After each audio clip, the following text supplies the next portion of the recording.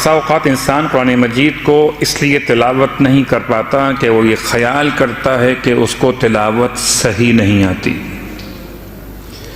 کہ اگر وہ تلاوت کرے گا تو اس سے غلطی ہو جائے گی۔ بہت سے مرتبہ ایسا ہو بھی جاتا ہے کہ آیات کے زیر و زبر، پیش اور جزم سمجھ میں نہیں آتے۔ یا کبھی ایسا بھی ہو سکتا ہے کہ انسان اپنے اردو زبان کے اعتبار سے الفاظ کچھ اور ذہن میں بٹھائے ہوئے ہو اور عربی الفاظ اس کی زبان سے ادا نہ ہو پا رہے ہوں، تو ایسی صورت میں کیا کرنا چاہیے؟ پہلی بات تو یاد رکھیے، مجھے اور آپ کو، ہم سب کو چاہیے کہ ہم قرآن کو سیکھیں، کہ سیکھنا بھی عبادت ہے۔ یہاں خود سیکھیں یا کوئی عالم سکھائے، مر جائیں گے تو حضرت مولائے متقیان علی ابن ابی طالب علیہ السلام کی محبت میں، چاہے یہاں قرآن کلاس میں آئیے کہ نہ آئیے، مگر مرنے کے بعد تو ایک قرآن کلاس قبر میں ہونے والی ہے۔ اہل بیت کے چاہنے والوں کے لیے نہ یہاں چھٹی ہے اور نہ وہاں چھٹی ہے۔ یاد رکھیے گا، یہاں اپنے اختیار سے، اپنے اعتبار سے آئیے، اور وہاں پر جب پہنچیے گا انشاءاللہ تو اللہ کے رسول کا فرمان ہے کہ قبر میں مومن کو قرآن کی تعلیم دی جائے گی، ایک ایک آیت اسے پڑھائی جائے گی۔ اور میں سوچتا ہوں کہ واقعاً یہاں تو مجھے عربی زبان نہیں آتی، مگر جیسے ہی انتقال ہوگا میری زبان عربی زبان میں تبدیل ہو جائے گی۔ اس لیے میرے سرہانے بیٹھے ہوئے مومن مجھ سے کہیں گے، اسمع افہم، یا فلان ابن فلان، سن اور سمجھ، اے شخص سے فلان جو فلان کا بیٹا ہے، حل آتاک الملکان المقربان الرسولان من عند اللہ تبارک و تعالی وسألک ربک، سوال تجھ سے کریں گے دو آنے والی فرشتے خدا کے مقرب، تجھ سے پوچھیں گے رب کے بارے میں، رسول کے بارے میں، کتاب کے بارے میں۔ تو عربی میں تلقین ہو رہی تھی، اگر مجھے عربی نہ آ رہی ہوتی تلقین بیکار ہو جاتی۔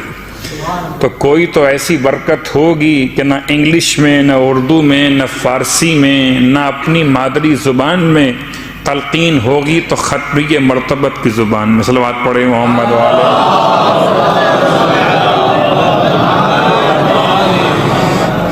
تو انسان کی ذمہ داری قرآن کو سیکھنا، یہاں سیکھ لے تو اور اپنے انداز پر اس کے لیے فائدے ہیں، یہاں نہ سیکھ سکے تو پھر قبر میں کلاس قرآن کی ہونے والی ہے، اور قبر میں اور تو کوئی کام ہوگا نہیں، یا زیارت مولائے متقیان کی شرف ہوگا یا تلاوت قرآن کی کلاس ہوگی۔ اور کہا جائے گا مومن سے قرآن کی ایک ایک آیت پڑھتے جاؤ اور ایک ایک درجہ بلند ہوتے جاؤ، اور جتنی آیات قبر میں سکھائی جائیں گی اتنے درجات مومن کے قبر میں بلند ہو جائیں گے۔ یہ تو بات تھی وہاں کی، اب یہاں کی بات کر لیجئے۔ اگر تلاوت قرآن ایسا بھی نہ ہو، یہ سوچ کے انسان بیٹھ جائے ٹھیک ہے آج تو کہہ دیا مولانا صاحب نے، اب تو قبر میں جا کر ہی پڑھیں گے، ایسا نہیں ہے۔ ایک میری اور آپ کی ذمہ داری یہاں کے لیے بھی ہے کہ یہاں تلاوت قرآن سیکھیے۔ خیرکم من تعلم القرآن وعلمہ، تم میں سب سے بہتر وہ انسان ہے جو قرآن خود سیکھے بھی اور دوسروں کو سکھائے بھی۔ تو قرآن سیکھنے کا ایک ذمہ داری اپنے مقام پر، لیکن اگر نہ سیکھ سکیں تب بھی قرآن کی برکت سے اپنے آپ کو محروم نہ کریں۔ کم از کم وقت تلاوت قرآن آپ قرآن لے کر بیٹھ تو جائیے، اور کچھ مت کیجئے، کم از کم قرآن کو کھول تو لیجئے، تاکہ قرآن کی زیارت تو ہوتی رہے۔ بہت سے الفاظ ایسے ہیں عربی زبان میں جو اردو زبان سے بہت قریب ہیں، یا اردو زبان میں ہی استعمال ہوتے ہیں عربی زبان کے الفاظ، تو وہ تو آپ دہرا بھی سکتے۔ ورنہ ایک طریقہ اور ہے، آپ باوضو ہیں، باطہارت ہیں، تو ایک ایک لائن پر اپنی انگلی کو رکھیے، بسم اللہ الرحمن الرحیم، بسم اللہ الرحمن الرحیم، بسم اللہ الرحمن الرحیم، جتنے سطریں ہیں ان تمام سطرات قرآن پر بسم اللہ کی تلاوت کیجئے۔ کچھ نہ کرنے سے یہ کرنا بہت بہتر۔ صلوات پڑھیں محمد وعلیہ۔